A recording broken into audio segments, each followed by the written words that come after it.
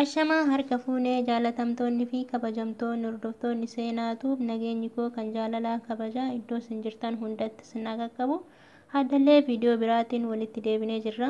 Viidiyoo adda qabadhee isinii deebi'ammootiyyu bu'aawwan vaaziliinii qabxiilee sagaliin isinii qabadhee deebi'ee jira.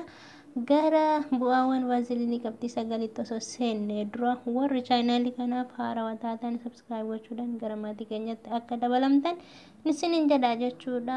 Yeroo sabskiraayib gootan kan mallattoo notifikashinaa duratti isinii dhuftu yeroo takka irratti gadtuquudhaan viidiyoo ani akka gadhiisuun akka isin bira ga'u akka taasistan abdiin isinirraa qaba.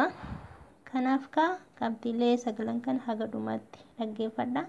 Tokkoffaa irratti bu'aan vaaziliinii jechuudha. Tokkoffaa irratti harka keenya baay'ee bu'aa qaba. Harka keenya yeroo jedhu yeroo baay'eedhaaf meeshaa dhiqnee uffata garaagaraa dhiqnee kan ammoo tuyyuu harki keenya saamunaa keessa kan turu yeroo ta'utti harki keenya akkuma qallaalitti dhodhodho'uu fi ammoo tuyyuu shashshakaarra'u yookaan daalachaa'u bifa inni qaba jechuudha. Kana galgala yeroo rafnutti harka keenya saamunaan dhiqannee vaaziliin dibannee yeroo bullutti ganama akkuma lafaa kaaneen ofirraa dhiqachuun barbaachisaadha. Kanamaaf hin jedha vaaziliinii guyyaa yeroo fayyadamtanitti bu'aa ishee osoo hin taane miidhaa isheetu baay'ata. Kanaafuu vaaziliinii kan fayyadamu galgala qofa jechuudha.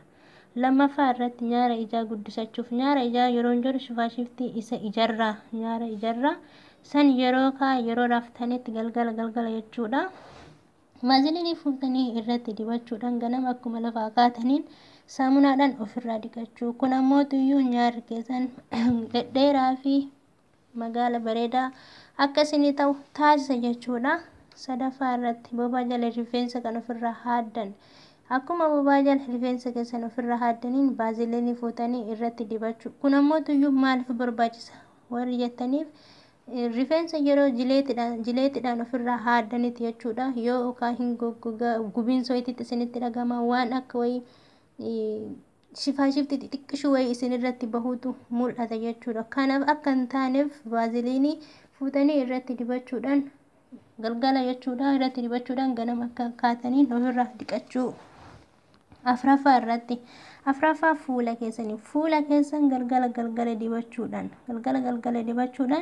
ganama akkuma lafaa kaatanii fuula keessan saamunaan dhiqachuu. Fuulli keessan bareedduu fi laslaasaa akka isinii ta'u taasisa jechuudha.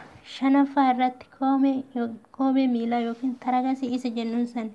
Koomee miilaa yookiin taragasiin kan isin dhodha'u yoo ta'e galgala vaaziliinii dibachuudhaan pilaastikiidhaan shaffantanii ganama akka lafaa kaatanii saamunaan dhiqachuu. Kana torbee 2 keessatti bu'aa isaanii argitanii miilli keessan yookaan tarakasiin miila keessanii bareeduu fi laslaasaa akka isinii ta'u ni taasisa jechuudha. Jahaffaa shittoo yeroo fayyadamtanitti jechuudha. Osoo shittoo hin dibatin dura vaaziliinii dibachuudhaan shittoo fuuffachuu. Kun immoo tuyyuu bu'aan isaa maali kan jettan yoo ta'e shittoon yeroo dheeraadhaaf osoo foolii isaa hin jijjiiratin akka turu taasisa jechuudha. Torbaffaa irratti rifeensa keessaniif namni tokko ni jaalata tokko ammoo tuyyuu jaalachuu dhiisuu danda'a jechuudha. Namni tokko rifeensa iyyuu yeroo dibadhutti vaaziliiniin baay'ee rifeensa keenya ni lallaafisa ni dheeressa warri jedhu ni jiranii tokko ammoo tuyyuu kan hin jaalanne ni jiran jechuudha.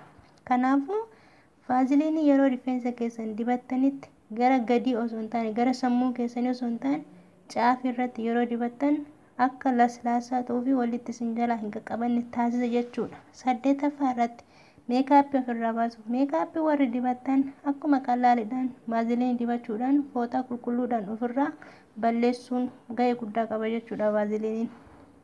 9ffaa irratti maastikaan iddoo itti isin jalaa rakkatee kan bahuu dide haaluma qallaaliidhaan vaaziliinii itti dibdanii xiqqoo tursiisuudhaan irraa baasuun ni danda'ama jechuudha. Qabxiilee 9 kan qabadhee isinii deebi'ee jira.